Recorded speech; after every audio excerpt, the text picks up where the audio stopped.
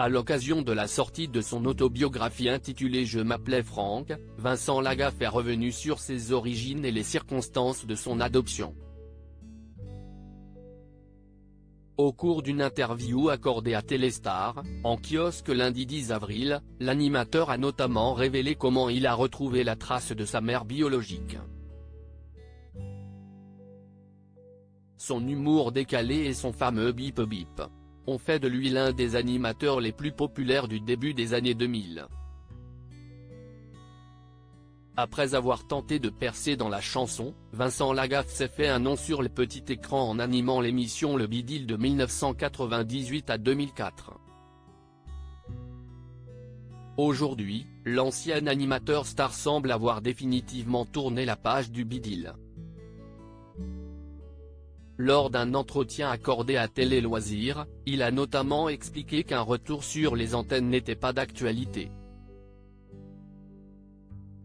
Je n'y crois pas. Je ne pense pas que ça revienne un jour à l'antenne. Ou alors, si ça revient, ce sera avec un autre animateur, un tout petit budget et des jeux relativement cheap. Vous savez, si c'est pour faire un sous-bidil, ça ne m'intéresse pas. D'une manière générale, j'ai toujours essayé de surprendre le public en donnant toujours mieux, ou plus grand, a-t-il confié.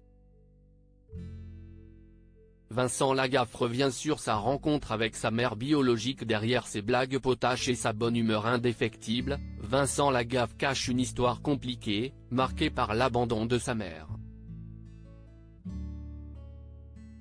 À l'occasion de la sortie de son autobiographie intitulée Je m'appelais Franck, l'animateur est revenu sur sa rencontre avec sa mère biologique.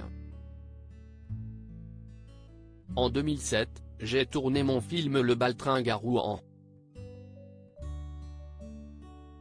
J'ai contacté le procureur là-bas, car je savais que j'avais été adopté à la pouponnière de l'assistance publique. En me raccompagnant, sa secrétaire m'a demandé de la rappeler le soir. Je vous donnerai l'adresse de votre maman qui est remariée, a-t-il confié. Avec ma femme Nathalie, on a sonné à sa porte. Elle m'a remballé en me disant qu'elle me reconnaissait mais qu'elle ne voulait pas me voir. J'ai insisté. Au téléphone, elle a compris que je n'étais pas juste Lagaffe, que j'étais son fils. Elle m'a alors donné rendez-vous dans un café, parce qu'elle ne voulait pas que son mari sache, a-t-il continué. Elle ne m'a pas abandonné, elle m'a confié. Elle n'avait pas les moyens de m'offrir la vie qu'elle aurait voulu pour son enfant. Si y est une preuve d'amour énorme, a ajouté l'animateur. Des confidences touchantes.